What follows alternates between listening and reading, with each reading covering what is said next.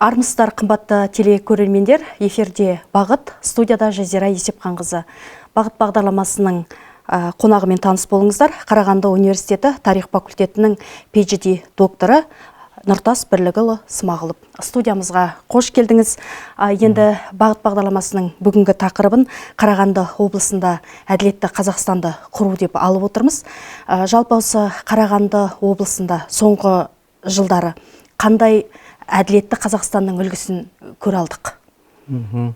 Өте жақсы сұрақ екен. Өздеріңіз білесіздер, 2022 жылдан бастап мемлекет басшысы Қасым-Жомарт Кемелұлы Тоқаев Қазақстан қоғамында әділетті Қазақстан құру жөнінде бастама көтерген болатын. Ол бүгінгі таңда қарқынды жүзеге асырылып жатыр. Соның нәтижесінде Қазақстанда саяси, экономикалық және қоғамдық саяси реформалар жүргізіліп жатыр. Оны бүгін халқымыз куә. 2022 жылғы 5 маусымдағы референдумнан бастап бізде кезең-кезеңмен саяси реформалар жүзеге асырылып жатыр. Және бұл реформалар бүгінде өзінің тиімділігін көрсетіп жатыр қоғамға. Соның бірі мысал үшін осы Қарағанды өңірі. Қарағанды өңірі Қазақстанның ірі индустриалдық орталығы, ірі өнеркәсіп орындары мен ірі кәсіпорындар шоғырланған өңір және халқы көп қоныстанған ең урбандалған қала дейді. Яғни қала халқы басқа аймақтарға қарағанда көп осы Қарағанды облысына шоғырланған. Яғни Қарағанды облысында халықтың 80%-дан астамы осы қалада тұрады. Сондықтан бұл жерде ірі қалалар бар, спутник қалалар бар, моноқалалар бар. Осының барлығы шын айтқан кезде республиканың экономикасына болсын, күнделікті өміріне болсын, ауыр салмағы да бар және жақсы жағы да бар. Осыны айтып өтуіміз керек. Себебі Қарағанды облысында жаңа айттық қой, ірі өндіріс орындары, тау-кен кәсіпорындары шоғырланған. Соның бірі қазіргі Теміртау қаласында орналасқан Қарағанды металлургия комбинаты. Қазір біз Қармет деп атап жүрміз, өзінің тарихи атауы. Шын мәнінде 90 жылдардың қиын кезеңінде осы Қарағанды металлургия комбинаты шетелдік шығу тегі Үндістаннан шыққан Ұлыбританияның ірі бизнесмені Лакшми Металдың Испат International деген компаниясына сатылған болатын. Сол кезде халық арасында бұл Испат Қармет өте арзан бағаға сатылды, әділетсіз болды деген сөздерді біз естіп жүрдік. Оның экономикалық жақсы жақтарының дұрыс болмай жатқанын да естіп жүрдік. Ол кезде біз Қазақстанды тек қана инвесторлардың көмегіміз ғана көтердік қой. Бірақ соның өзінде де бір тиімсіз сауда экономикалық келісімдер болған тәрізді. Талаптар қоя алмадық. Талаптар қоя алмадық. Өйткені 90 жылдар өте қиын болды. Кәсіпорынның қарызы болды, жалақыға деген жұмысшылардың қарызы болды. Жұмысшылар жалақысыз жұмыс істеді. Осы кезде Испат Қармет осы кезді пайдаланып, арзан бағаға осы Қарағанды металлургия комбинатын сатып алған болатын. Соның нәтижесінде олар енді жұмыс істеу нәтижесінде пайда көрді, осы Испат Қармет. Өйткені бұрын аты белгісіз болып келген Лакшми Метал Стил әлемдегі болат короліне айналды, ірі миллиардерге айналды. Имиджіне әсер етті, бірақ халыққа жұмыс болғанымен шахтада апаттар көбейіп кетті. Әсіресе 2006 жылғы Ленин шахтасында 41 адам қайтыс болды. 2008 жылы Абай шахтасында 30 адам қайтыс болды. Ал бұлай енді 3-5 адамнан апатқа ұшыраған оқиғалар тізбегі біраз болды. Оның барлығы халыққа орны толмас қайғы қасірет әкелді. Енді өткен жылы 2023 жылдың 28 қазанында осы Костенко шахтасында ірі апат болып, 46 шахтер мезгілсіз қаза тапты. Бұл енді өте ауыр, өте қайғылы қасірет еді. Бұл орны толмайтын ауыр қайғы еді. Міне сонда Қасым-Жомарт Кемел Тоқаев мына батыл шешім қабылдап, осы бұрын Металл Стил Теміртауды Қазақстан үкіметінің меншігіне қайтару жөнінде батыл шешім қабылдады.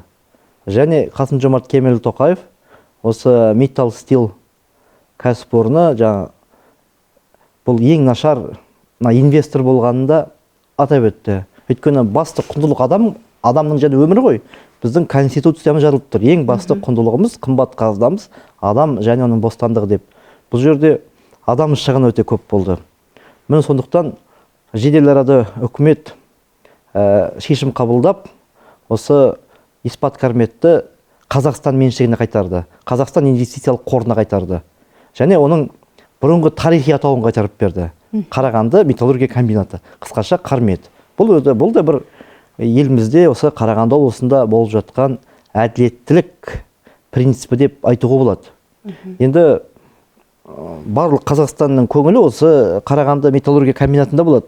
Бұл жерде қалай техникалық жаңғыртулар, жаңа технология ендіріліп жатыр ма? Жұмысшылардың техникалық қауіпсіздігі бірінші мәселе ғой. Бұл жөнінде осы Қасым-Жомарт Тоқаев былтыр қыркүйек айында әділетті Қазақстанның экономикалық бағдары деген Қазақстан халқында жолдауында айтқан болатын.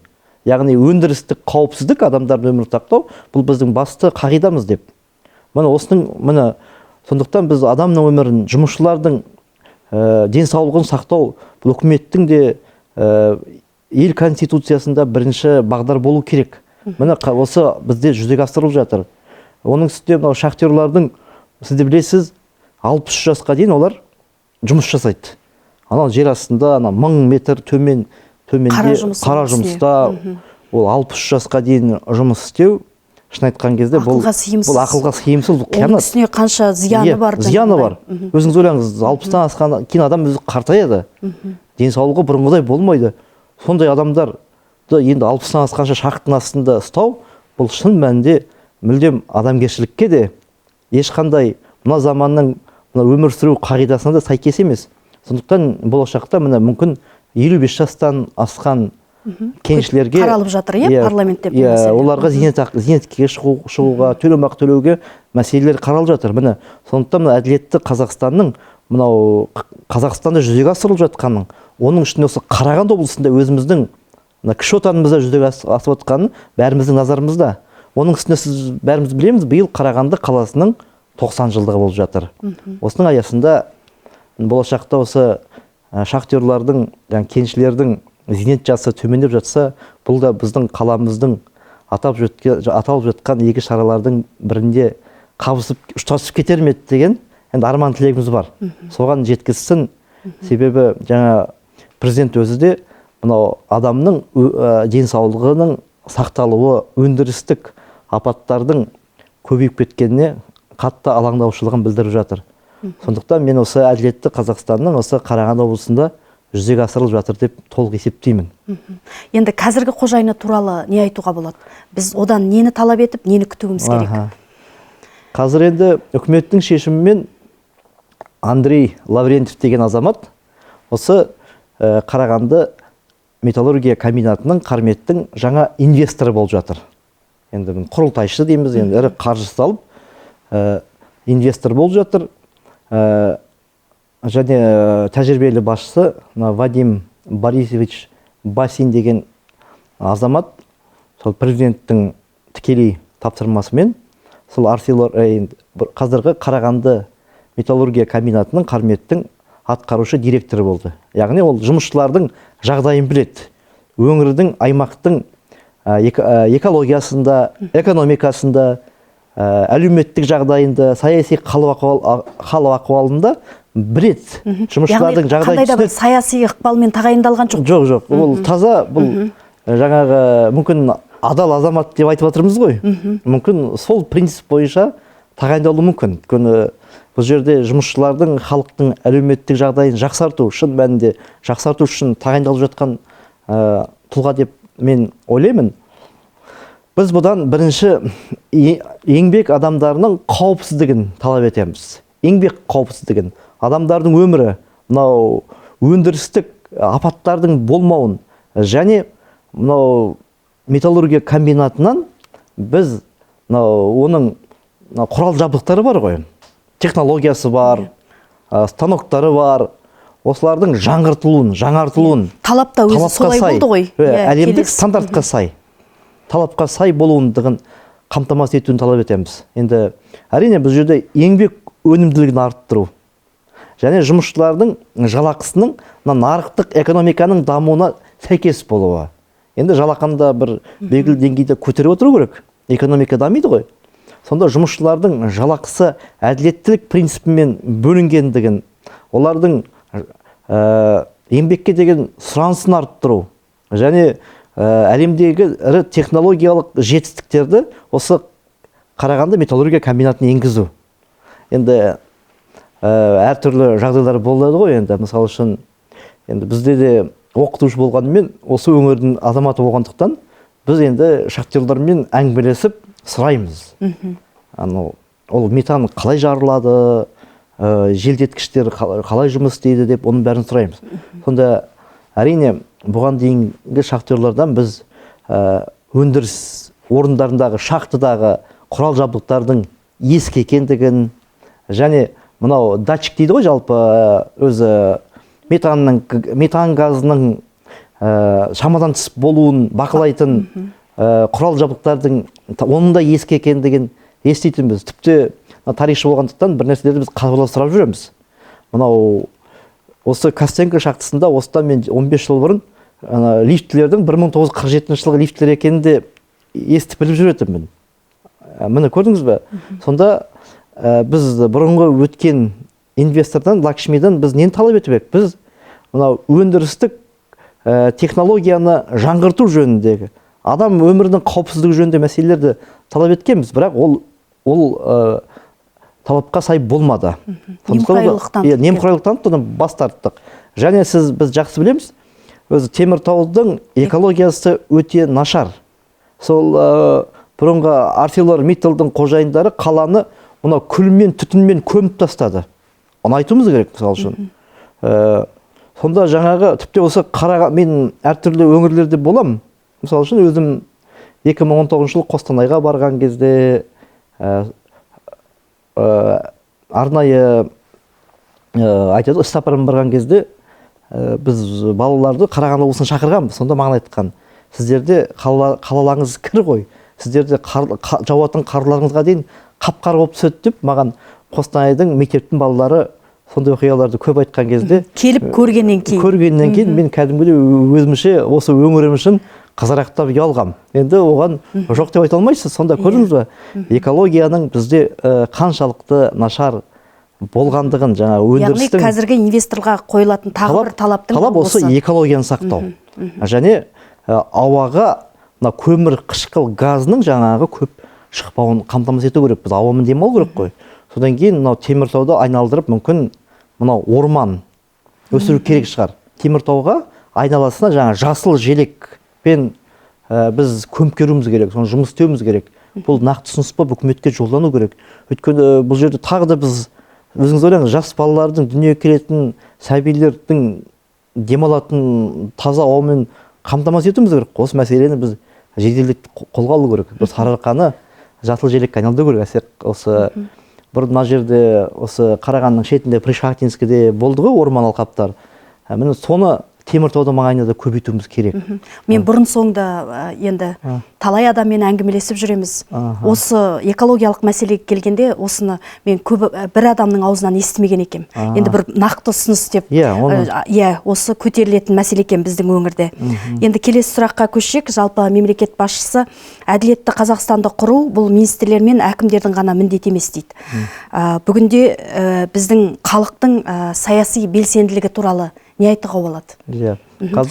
Шынымен қазір саяси белсенді халық. Өзінің құқығын қорғай алады. Оған мынау әлеуметтік желінің де пайдасы бар. Қазір өзі мынау әлеуметтік желінің өте пайдалы жағы да бар, зиян жағы да бар. Таяуда ғана осы кеше бүгін айтып жатыр ғой.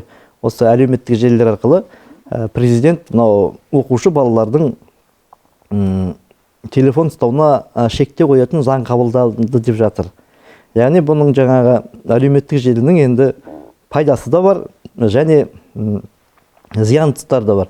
Соған қарамастан бұл әлеуметтік желі шын мәнінде бұл өте пайдалы. Адамдар өзінің конституциялық құқығын, өзінің мынау дұрыс жүруін, өзінің еңбегіне сай жұмыс берушіден дұрыс талап ете алуын осы қазір әлеуметтік желі бетіне көтеріп жатыр. Бұл өте дұрыс. Сонымен қоса біздің ішкі мәдениетіміз жоғары болу керек.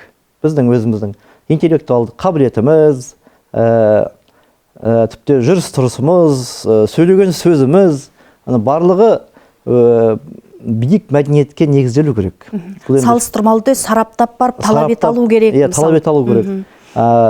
Сондықтан осы жолы жолдауында президент айтты ғой, адамдардың қазір жалпы мәдениеті дейміз, сана сезімі дейміз, барлығы биік болу керек. Талап ете білу керек, бірақ барлығы заң жүзінде болу керек, орынмен болу керек. Соған және осы өзі еститін үкімет деген қағидат бар ғой. Сол кезде біз өзіміздің сұрағымызға қанағаттанарлық жауап алуымыз керек.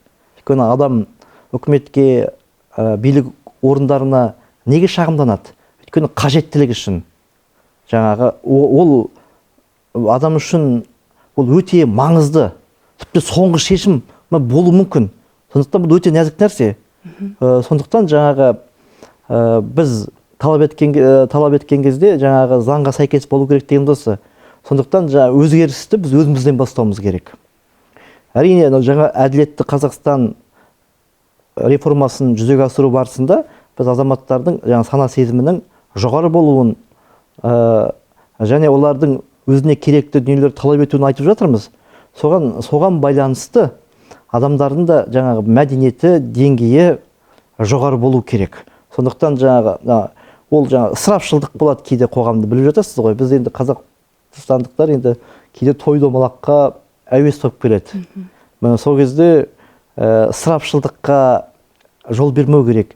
Даңғазалыққа да біз байқауымыз керек. Өзіңіз білесіз, мынау кейінгі 30 жылда бізде киноиндустриясы болсын, мынау музыка өнері болсын, шоу-бизнес болсын, қатты дамыды. Даңғазалыққа құрылды. Тіпті шектен шығып кетті.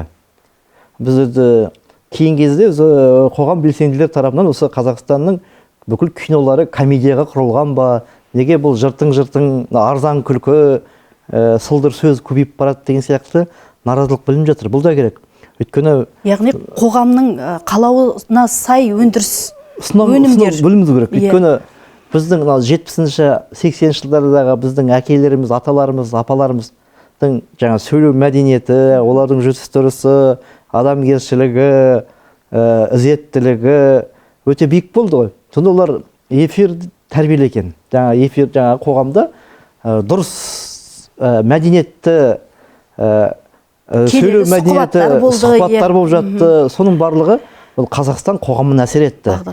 Бағдарламалар. Соны көріп өскен ұрпақ, санасына сіңірген ұрпақ, бізді 90-шы жылдардың қиын қыстау заманынан да бізді алып шығып осы күнге жеткізді.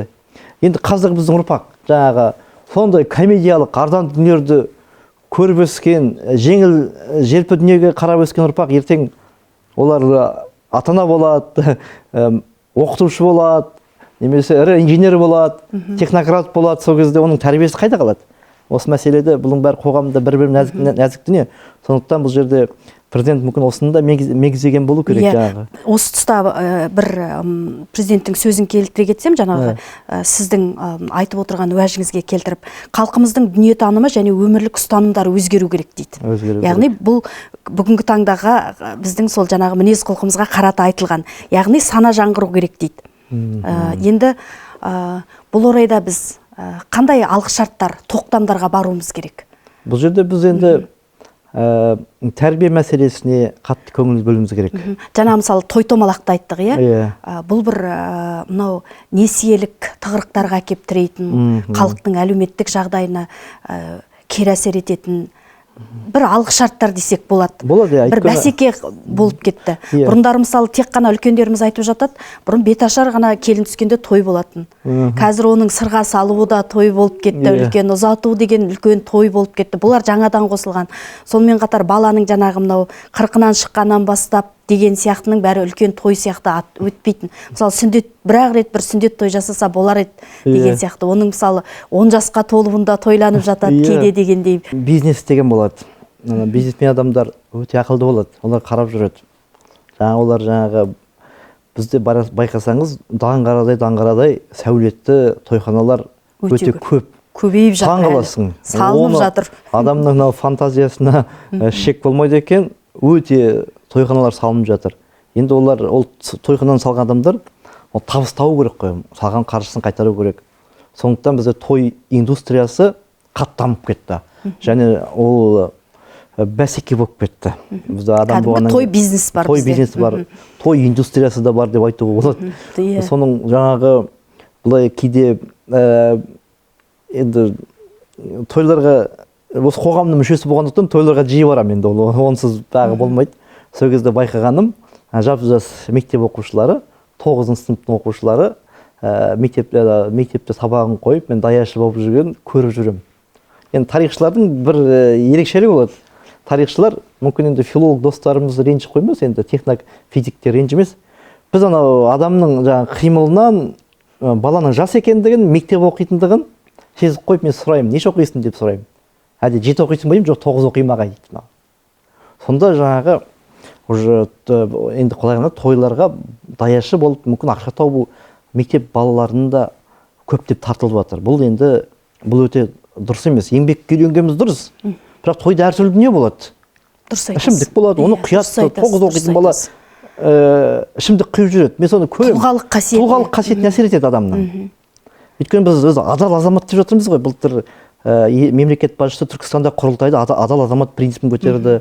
Осы жолда тағы да адал азамат туралы тоқталып өтті. Осының барлығы жаңа адал азамат тәрбиелеуге кесірі тиеді. Шын айтқан кезде.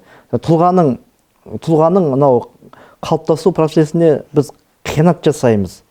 Оның ішінде той бизнесінде беташар болады, қарап отырамыз, ол өте бишілері болады, оның барлығына бір үлкен зор дайындық болып жатқанын біз байқаймыз, оның барлығы. Кейде байқап қаламыз, халықтың бір ескі дәстүрін қайта жаңғырып жатқанын көріп қуанамыз. Бірақ енді бұл шектен шығып кетпеу керек. Одан кейін адамдардың арасында бәсеке болады. Ол бәсекелестік адамды үлкен қарызға белшесінен батыру мүмкін. Ертең той өткеннен кейін ол жастар ол несиесін төлей алмай, ол қайтадан ажырасып кетуі мүмкін. Сонда оның жаңадан құрылатын отбасының быт-шыты шығуы мүмкін. Үлкендердің арасында реніш болуы мүмкін. Сондықтан бұл үнемшілдік, ысырапшылдыққа жол бермеу керек. Бұл жаңағы әділетті Қазақстан шеңберінде және адамның ой санасының өзгеруіне осы әсер ету керек. Сондықтан біз тым шектен шыққан даңғазалыққа жол бермеуіміз керек. Міне балаларымыз жаңағы тойға барып нәпақа тауып жүргенше бір мынау жаңалық ашатын. Кітап оқысын. Ана физика, химия, биология бар ғой, бізде математика саласындағы, тарих, гуманитарлық салаларда бір бағыттайтын курстарға барып жатса одан да. Бір солар ертең соның келешегі болар еді дейсіз ғой. Ертең еңбегіне жақсы маман болып шығармайды. Экономикамыз көтерілу керек қой. Біз егер жақсы инженерлер дайындай алмасақ, жақсы технократтар дайындай алмасақ, өнер тапқыштар жоқ болса, біз қалай дамимыз? Оның үстіне біздің санымыз өсіп келеді. Былтыр 20 миллионға жеттік. Біз жыл сайын 200 мың адамға, 300 мың адамға көбейеді бізде. Жаңадан мектептер керек, балабақшалар керек, үйірмелер керек. Оған жақсы креативті мамандар керек. Сондықтан жаңағы осы той бизнесіне белгілі бір дәрежеде тоқтау болу керек. Неге оның орнына завод, фабрикалар салынбайды, өнім өндіретін, IT технологиясы бар, жаңағы технопарктер салынбайды. Неге біздің бизнесмендер осындай арзан жолмен халықты дамытуға жол таңдайды? Өйткені біз бизнесмен деген адал азамат дейді. Ол дұрыс бизнесмен болу. Оның өзіне бизнесмендер, жаңағы іскерлер жылдам ақша тапқысы келеді. Бірақ сонда да олар жұмыс істеген кезде халқыма пайда келтіру үшін бізді мынау өнім өндіруші елге айналдыру үшін қызмет жасау керек. Міне біздің ақыл санамыз осыған келу керек. Бұл да жаңа адал азамат деген принцип осы. Ол адал азамат деген тек қана белгілі бір әлеуметтік топқа ғана бағытталған емес. Дұрыс айтасыз. Ол жалпы Қазақстан қоғамының. Жаңа ол жерде әкімі де бар, министрі де бар, үкімет басшысы да бар, бизнесмені де бар, оқушысы да бар, білім алушысы да бар, жұмыскері де бар, мұғалімі де бар. Барлық азаматқа яғни әрбір азаматтың ұлтына адал қызмет етуі. Адал қызметі. Міне, бұл әділеттілік принципі деген осы түбінде негізі. Енді бір қысқаша жауап алсам өзіңізден, жаңағы әлеуметтік желіде мынау әділеттікті қалап өздерінің ойын жеткізе алып жатыр, дәлелдеп жатыр деп отырмыз ғой. Осы тұста біздің мынау салық мәселесіне көп наразылық айтылады. Мынау мәмс сақтандыру мәселесіне көп айтылады. Сосын мынау утил алым мәселелеріне. Осы мәселелерге бір ауыз қалай осылар шешілу керек? Бұлар бір тіпті өзі мынау есепте берілмейді осыларға бір дегендей түп қазығынан. Бұл өте бір нәзік дүниелер, бұның әлеуметтік, экономикалық, тіпті ірі саяси астары да бар деп ойлаймыз. Өйткені өзі осы қаңтар қасіретіне дейін бізде Қазақстандағы жаңағы жүргізушілерден утил сбор дейді ғой, жаңағы утил салымның тым жоғары екендігі айтылатын. Және осы қаңтар оқиғасынан кейін бұл салада да әділетсіздік болып, белгілі бір топтардың халықты қанап ақша тауып келгендігі айтылып жатыр, және бұл төмендеп келе жатқандай сияқты. Яғни бұл үкімет бұл салада жұмыс жасап жатыр. Салық мәселесі де кейде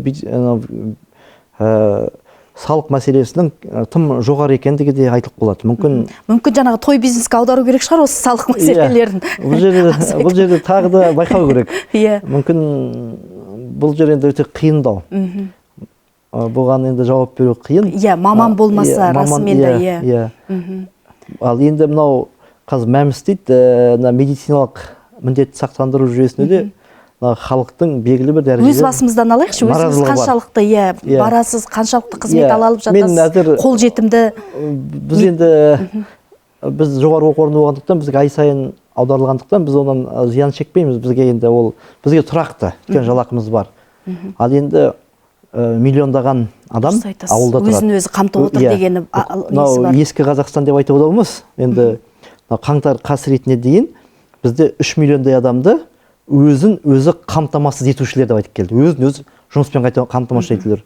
Ол кімдер? Ол таксистер, маусымдық жалдамалы жұмыс істеушілер, бала күтіміндегі аналар, құрылысшылар, мысалы үшін жалдамалы жұмыскерлер, сатушылар, мысалы үшін осыларды өзін өзі қамтамасыз етушілер деді. Олардың саны сол кезде 3,5 миллиондай болды. Өйткені бұл мәселелерге мен назар аударып, газет журналдардан оқып жүретінмін.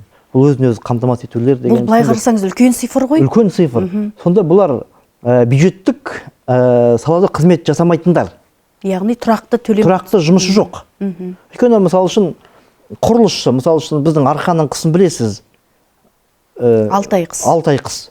Ол мүмкін далада құрылыс жүргізу керек шығар, оған адамның қызмет жасау мүмкін емес. Ол қол аяғы үсіп қалады. Бұл жерде ол адам болғаннан оның артында семьясы, бала шағасы бар. Сондықтан олар кейде қыс айында жұмыс жасауы мүмкін. Сонда олар мәмс дейді, тұрақты медициналық аударым жасай алмайтын шығар. Сонда ертең олар емханаға денсаулығына жағдай бар, емханаға барса оның мәмс төлеу жоқ. Сонда оны емдеуден бас тарту мүмкін ғой. Сондықтан бұл мәмс жүйесінде реформалау керек. Бұған халықтың наразылығы бар. Өйткені біз бұл жерде менің жағдайым жақсы деп қана жүрмеуіміз керек қой. Өзі бұл әділетті Қазақстан үкіметтің бір назар аударатын мәселелердің бірі осы. Бұл жерде біз әділетті Қазақстан деп жатқанбыз. Неге әділетті Қазақстан? Бізде әділетсіздіктер орын алып келді.